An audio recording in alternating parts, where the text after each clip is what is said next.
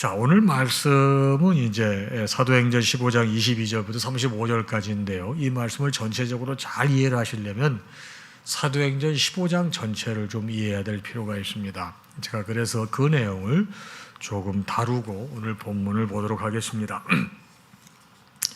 자, 사도행전 15장을 보게 되면은 사실 이제 예루살렘 교회가 생긴 이래 처음 총회를 하는 내용이 담겨 있습니다. 예루살렘에서 바로 1차 총회를 하게 되는데 무엇 때문에 1차 총회를 하게 됐느냐? 할례 문제였습니다. 할례 문제. 이제 사도들의 선교 보고를 듣고 기쁨에 차 있던 안디옥 교회에 어떤 사람들이 찾아오는가 하면은 15장 1절에 보게 되면 어떤 사람들이 유대로부터 내려와서 형제들을 가르치되, 그래서 안디옥 교회에 이 사람들이 와가지고 뭐라고 얘기를 하는 거면 너희가 모세의 법대로 할례를 받지 않으면 능히 구원을 받지 못한다, 이런 얘기를 하는 거예요. 그러니까 할례를 받아야만 구원을 받는다고 하는 얘기를 하는 거예요. 그러니까 당시 이제 그 이 안디옥 교회뿐만 아니라 이방의 그 바울과 또 이 바나바가 선교를 해가지고 많은 사람들이 주님 앞으로 돌아왔는데 그 유대에서 온 사람들이니까 예루살렘으로 온 사람들을 보는 거예요. 그 사람들과 사이에 적지 않은 다툼이 생겼어요. 그리고 거기에 대해서 바울과 또 이 바나바가 적극적으로 이 변론이 일어나서 이 교회에 큰 갈등이 생긴 것입니다. 그래서 이 안디옥 교회에서는 이 문제에 대하여 바울과 바나바 그리고 그 중에 몇 사람을 예루살렘에 있는 사도들과 장로들에게 보내기로 결정을 해요. 이제 이런 것들이 이제 이렇게 중심이 돼서 1차 총회를 하게 되는데, 그러면 어떤 내용들을 거기서 다루게 되느냐? 사실 예루살렘 교회는 이 바울과 바나바를 통해서 본격적으로 이방인들에게 복음이 확산되자 내심 놀랐어요. 당혹감을 감추지 못했어요. 특히 구약 율법에 충실한 자들은 노골적으로 반발을 표출을 했습니다. 크리스찬이라 하더라도 유대교를 배경으로 가지고 있잖아요. 그러니까 그 모세 율법도 이게 틀린 건 아닌데 이런 거를 중요시 여기는 사람의 반발이 매우 심각했습니다. 많은 토론을 했습니다. 이에 예루살렘 총회는 율법 엄수를 주장하는 자들의 폐쇄적인 태도를 배척한 거예요. 바로 뭐냐면 할례를 받지 않게 되면 구원받을 수 없다고 하는 극단적인 얘기를 과감하게 배척을 합니다. 그리고 이방인들을 향한 하나님의 뜻을 자각하여 그들을 한 형제로 영접한다고 하는 내용의 결의를 하게 됩니다. 만일 그 당시에 예루살렘 총회에서 이런 것이 결정되지 않았으면 지금 기독교는 과연 어떻게 됐을 것인가? 바로 율법이 구원의 일부라고 하는 율법주의자들, 유대교의 주장을 받아들였으면 어떻게 됐을까? 과감하게 배척을 하고 이방인들을 향한 하나님의 뜻을 깨달은 거예요. 그래서 이 사람들은 우리의 형제고 자매다. 이방인들도 예수를 받아들이면서 우리의 형제고 자매다라고 과감하게 결정을 하는데 분분했어요. 그렇게 결정했음에도 분분했는데 그걸 결정적으로 탁 틀어막은 사람이 누구냐? 율법주의. 바로 베드로예요. 여러분, 이 베드로가 수제자인데 여러분, 수제자가 아무나 되는 게 아니에요. 베드로가 단호하게 설명을 하는 이것이 7절부터 11절까지예요. 베드로가 단호하게 설명을 함으로 이거를 굳힐 수가 있었는데, 바로 제가 7절부터 이 11절까지의 내용을 제가 쉽게 풀어서 설명을 해드리겠습니다. 사도와 지도자들이 모인 특별회의를 소집해 이 문제를 깊이 논의했습니다. 여러분 주장이 끊임없이 오가는데 열띤 논쟁이 벌어졌습니다. 바로 율법주의를 어떻게 될 것이냐, 수용해야 되느냐 말아야 되느냐, 이방인들이 형제로 받아들여야 되느냐 말아들여야 되느냐.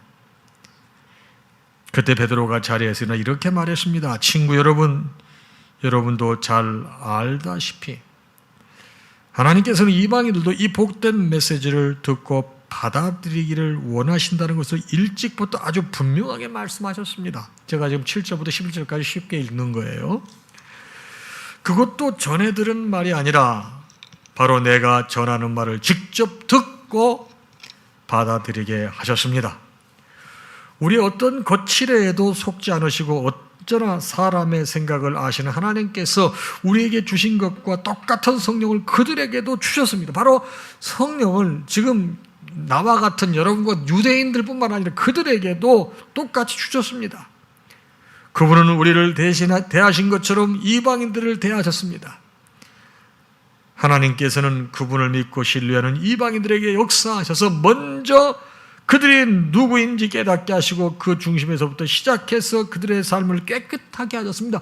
그들이 누구인지를 먼저 깨닫게 하셨다는 말씀은 그들이 죄인이라는 사실을 깨닫게 하셨다는 거예요. 그리고 그들의 마음속에 역사하신 거죠. 10절입니다. 그런데 어찌하여 지금 여러분은 하나님보다 더한 하나님이 되어서 우리 조상을 짓누르고 우리까지 짓누른 규정들을 새로 믿은 이 사람들에게 지우려는 것입니다. 율법의 폐해를 말하는 거예요. 율법을 규정이라고 표현한 거예요.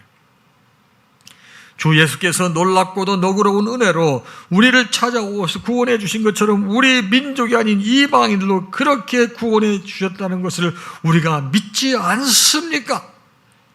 그렇다면 지금 우리가 무엇을 두고 싸워야 되겠습니까? 이렇게 감동적인 설명을 해요. 하나님께서 이방인들을 사랑하신다.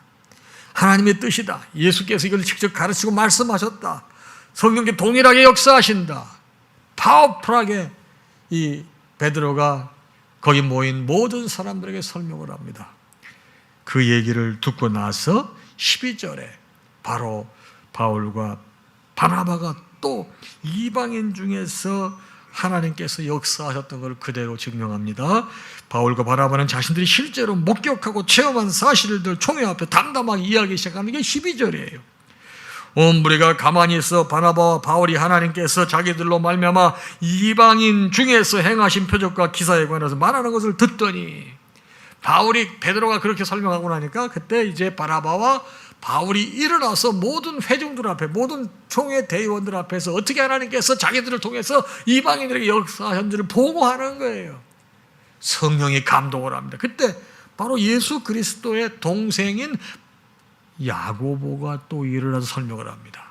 야고보는요 구약 성경을 인용합니다. 증언합니다. 제안을 합니다. 이것이 이제 마지막에 예수님의 동생인 이 야고보 사도가 제안한 것이 채택이 돼요. 그 채택이 된 내용을 전달한 것이 내용을 정리한 게 오늘 본문이 되겠어요. 자, 그러면 야고보는 뭐라고 얘기를 이게 13절부터 21절까지가 야고보가 증언하고 구약을 인용하고 결의한 사항을 제안하는 내용이에요. 13절부터 21절까지 내용이 되겠습니다. 야고보가 침묵을 깼습니다. 친구 여러분 들으십시오. 시므온이 우리에게 전해준 대로 하나님께서는 이방 민족들도 품으실 것을 처음부터 분명하게 말씀하셨습니다. 이것은 예언자들의 말과 정확히 일치합니다. 그러면서 이제 이 구약을 인용하는 겁니다. 16절입니다. 이후에 내가 들어와 다윗의 무너진 집을 다시 세울 것이다.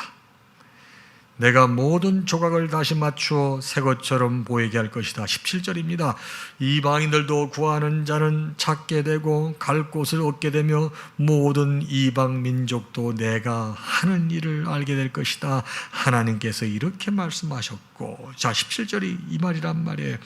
이는 그 남은 사람들과 내 이름으로 일컬을 받은 모든 이방인들로 주를 찾게 하려 함이라 하셨으니, 여러분 모든 이방인들로 주님을 찾게 만드셨다는 거예요. 구약을 인용하는 거예요. 지금 율법주의자들은 신약 성경이 당시에 없었잖아요. 모세 율법만 중요시 여기고 있는 거예요. 근데 그걸 인용하는 거예요. 18절입니다. 그 말씀대로 행하고 계십니다. 이것은 느닷없이 일어난 일이 아닙니다. 그분은 처음부터 이렇게 하실 것을 알고 계셨습니다. 즉 예로부터 이것을 알게 하시는 주의 말씀이라 함과 같으니라. 그러니까 하나님께서 이방인들을 구원하시고 예전부터 계획하고 계셨다는 거예요. 19절, 그러니 내 판단은 이렇습니다. 이러면서 이제 제안을 하는 거예요. 내 판단은 이렇습니다. 우리는 주님께 돌아오는 이방인에게 불필요한 짐을 지우지 말아야겠습니다. 19절 말씀이 이거예요. 내 의견에는 이방인 중에서 하나님께 돌아오는 자들을 괴롭게 하지 맙시다. 아주 실제적이고 실천적으로 이방인이라도 예수 믿은 사람을 왜 차별하느냐? 괴롭게 하지 맙시다. 불필요한 짐을 지우지 말아야 하겠습니다. 율법의 짐을 지우지 말아야 되겠습니다. 우리가 그들에게 편지를 써서 이렇게 말하는 것이 좋겠습니다. 그래서 이제 편지를 쓴다는 것은 예루살렘 1차 총회 결의사항을 기록한다는 거예요. 우상과 관계된 활동에 관여하지 않도록 조심하고 성생활과 결혼의 도덕을 지키며 유대인 그리스도인들에게 거슬리는 음식, 이를테면 당시에는 유대인 그리스도인도 있었고 헬라인 그리스도인도 있었잖아요. 이방인 그리스도인도 있었잖아요. 다 같이 그리스도. 여러분 지금도 미국 사람 크리스찬도 있고 한국 사람 크리스찬도 있고 그렇죠? 근데 그 사람은 약간의 문화가 차이가 다르니까 유대교의 배경을 가진 크리스찬들이 터부시하는 게 있었는데 바로 그런 것들을 좀 거슬리는 음식, 이를테면 피 같은 겁니다. 피 같은 거. 피 같은 것들은 좀 내놓지 마십시다. 이것은 모세가 전한 기본 지혜입니다. 이것은 우리가 안식일을 지켜 모일 때 지금까지 어느 도시에서나 수백 년 동안 전하고 지켜온 것 아니겠습니까? 그러니까 이런 것들을 제외하고는 이방인이라 하더라도 예수를 영접한 사람은 받아들이자. 아주 본질적인 것을 결정을 합니다. 그러니까 20절이에요. 이 사람들 괴롭게 하지 마는데 다만 우상의 더러운 것, 음행, 목매어 죽인 것과 피를 멀리하라고 편지하는 것이 옳습니다. 이런 것들을 우리가 기록하십시다. 이는 예로부터 각성에서 모세를 전하는 자가 있어 안식일마다 회당에서 그 글을 읽음이라 하더라. 그래서 베드로의 확신에 찬 신앙 고백, 야고보의 구약 성경을 인용하고 증언하고 제안함이 이것이 만장일치로 채택이 됩니다. 만장일치로. 이게 1차 예루살렘 회의의 결의사항이에요. 그래 이것을 가지고 이제 바로 안디옥 교회를 가는데 누구를 보내는, 이걸 보내는 사람이 중요해서 이제 오늘 본문 22절이에요. 이에 사도와 장로와 온 교회가 그 중에서 사람들을 대가여 바울과 바나바와 함께 안디옥으로 보내기를 결정한 곧 형제 중에 인도자인 바사바라 하는 유다와 실라더라. 이 두 사람을 선택해서 보내게 되는 거예요. 자, 그러면 이 결의된 내용이 뭐냐? 이 결의된 내용은 제가 설명을 드렸어요. 바로 율법주의, 할례를 받아야만 구원받는다고 하는 이상한 사람들이 가르친 것을 배격하고 이방인이라 하더라도 예수 그리스도를 주님으로 영접한 사람들은 모두 형제가 닮아야 되고 우리가 환영한다, 우리의 형제 자매다 하는 것이 결의 내용입니다. 근데 이 결의 내용이 사실은 두 가지 여파를 불러오게 됐습니다. 그게 뭐냐? 이제는 유대인과 이방인 간의 차별이 해소되고 유대교의 제도나 형식에 얽매일 필요가 없다는 사실이 밝혀지므로 이후부터는 사도 바울과 바나바의 이방인 선교, 특별히 바울의 이방인 선교가 커다란 활기를 띠게 됩니다. 이 예루살렘 1차 회의 결과 이방인에 대한 선교가 크게 활성화돼서 결국은 바울 같은 사람을 통해서 여러분과 저도 복음을 받아들이게 된 거예요. 우리도 이방인이잖아요, 당시 기록을 보게 되면. 그래서 1차 회의 결과의 커다란 파장이 뭐냐? 이방인 선교사에게 탄력을 받게 됐다. 두 번째는 뭔가요? 항상 밝음이 있으면 어두움도 있는 거예요. 기존 유대교의 틀을 과감하게 탈피함으로써 당시 예루살렘 교회가 그랬습니다. 이것 때문에 예루살렘 교회는 유대주의자로 더욱 심한 박해를 받게 되는 거예요. 항상 여러분 밝음이 있으면 어둠이 있는 거죠. 마찬가지로 두 가지 여파가 생겼는데 이방인 선교가 더욱 활발해짐과 동시에 유대주의자들로부터 더욱 심한 박해를 크리스찬들과 교회들이 겪게 되는 거예요. 그래서 여러분 교회가 주 313년 로마의 콘스탄틴 대제가 기독교를 국교로 선포하기 전까지 무려 3세기를 무려 300년 가까이 기독교는 어마어마하게 핍박을 받게 되는 거예요. 자, 오늘 본문의 내용이 이제 그런 내용을 잠깐 담고 있는데, 자, 이제 편지를 보내는데 누구를 보내는가 하면 유다와 실라입니다. 자, 그럼 오늘 말씀이 여러분과 저에게 어떤 걸 전해줄까요? 회의 내용을 전하는 거예요. 총회 결의 내용을 전하는데 여러분 참 놀라운 건요, 똑같은 내용을 전해도 누가 전하느냐가 굉장히 중요합니다. 여러분, 제가 총회 감독으로서 겪는 어려움 중에 하나가 뭔지 아십니까? 총회 고문회에서 다 같이 모여서 13명이 이제 총회 총무와 재무는 총회 고문은 아니지만 저를 보좌하기 때문에 배석을 해요. 그럼 모두 15명이 모여서 꼭 회의를 하는 거예요. 우리 총회가 없을 때는 가장 중요한 결정을 총회 고문회에서 하는 거예요. 다 같이 모여서 똑같은 내용을 결의를 하고 동의제정에서 다 서명을 해서 결의를 했어요. 근데 여러분, 어떤 지방에는 그 내용이 잘 전달이 돼서 지방회가 후순하고 평안하게 되는, 어떤 지방에는 회의가 끝나고 나면 항상 반발이 있어요. 왜 그렇다고 생각하십니까? 같은 회의에 참석을 했는데 그 회의 내용을 잘 전달을 못한다든가 이해 못한다든가 아니면 자기의 생각이 곁들여진다, 이럴 때 문제가 생기는 거예요. 여러분, 교회 재직회는 안 그럴 것 같습니까? 여러분, 교회에서 이 장로님, 권사님, 집사님들이 함께 모여서 저하고 함께 모여서 기도하고 시작하고 다 충분히 논의해서 동의받고 제청하고 결의해서 기록까지 남겼는데 밖에 흘러나가는 내용은 이상하게 돌아다니는 게 가끔 있어요. 비단 총회와 교회만 그럴까요? 사람들이 모이고 사는 회의의 내용을 전달하는 과정은 늘 그렇게 왜곡이 존재할 수 있습니다. 그래서 공식 발표라는 게 있는 거예요. 공식 발표가 중요하다는 거예요. 정부의 공식 발표가 뭐냐? 이런 거예요. 오늘 아침 말씀이 여러분과 저에게 주는 중요한 실천적 가르침은 뭐냐? 바로 유다와 실라라는 사람을 선택했는데, 이 사람들이 어떤 사람들이냐? 이 사람들이요, 예루살렘 교회를 대표해서 가는 것이기 때문에 신뢰받을 만하며 회의 내용을 충분히 이해한 사람들이었을 것입니다. 그렇습니다. 나는 교회가 복음의 통로로 믿고 보낼 수 있을 만한 사람입니까? 라는 사실에 한번 우리가 스스로 대답을 해봐야 돼요. 난 하나님과 하나님의 교회가 나를 복음의 통로로 쓰실 수 있도록 신뢰받고 많은 사람들로부터 인정받는 사람인가를 볼 필요가 있다는 것입니다. 똑같은 내용을 들어도 왜곡해서 전달을 해요. 잘 이해를 못해 전달을 해요. 그러면 안 되는 거 아니겠습니까? 예루살렘 교회는 그걸 굉장히 신경 썼던 것 같습니다. 그리고 무엇을 얘기합니까?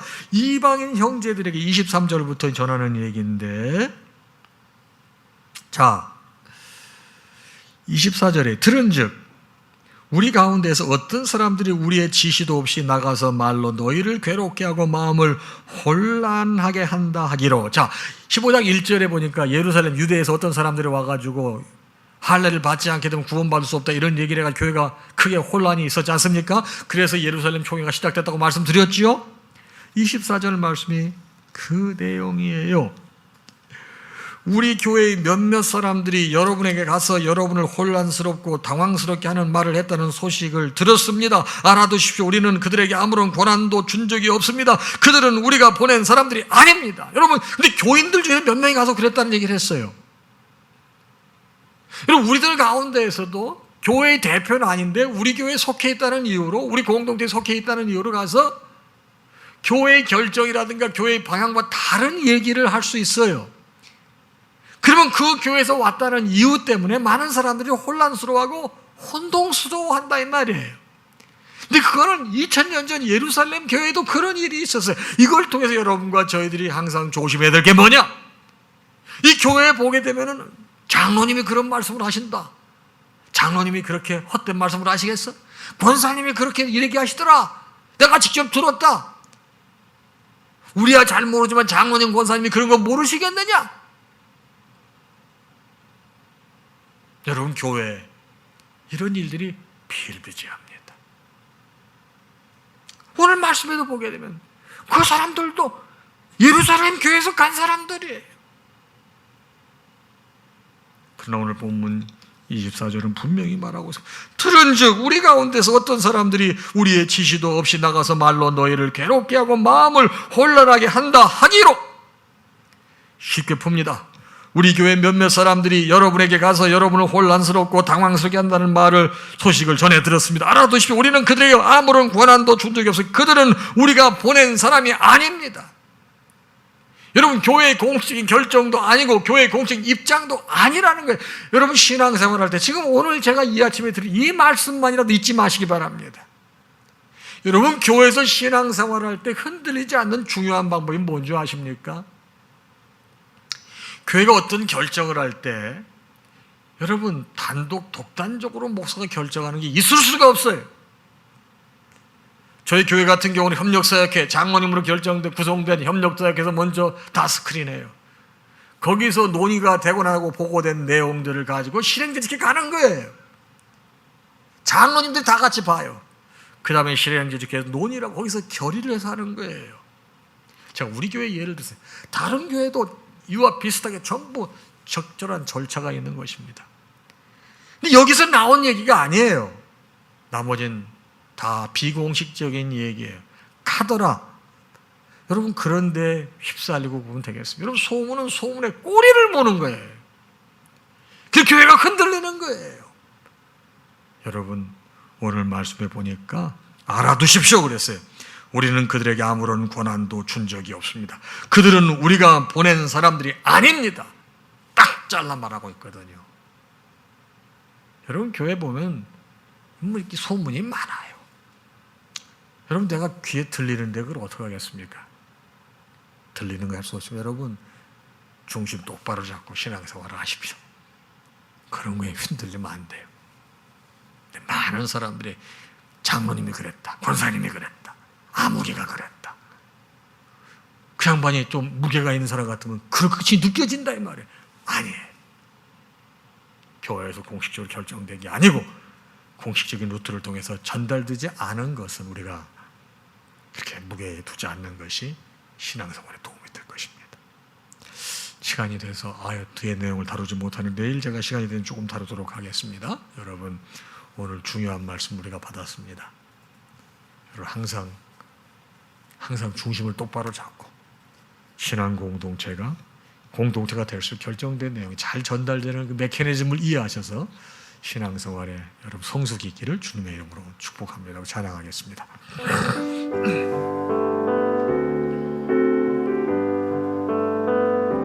모든 영광 하나님께,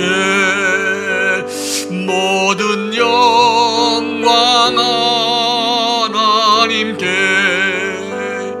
모든 영광 하나님께. 나는 자유해.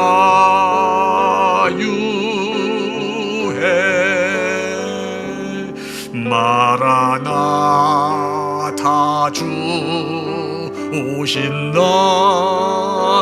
마라나타 주 오신다.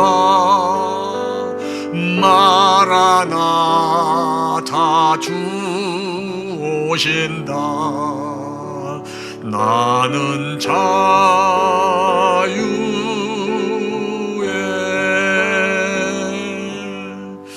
우리 주님 예수 그리스도의 크신 은혜와 하나님 아버지의 무한하신 사랑하심과 성령님의 감동, 감화, 교통, 역사, 충만하심이 오늘 아침에 주신 말씀을 받고 하루를 시작하는 사랑하는 당신의 모든 자녀와 그 가정 위에 이제로부터 영원토록 함께 있을지어다. 지어다. 아멘.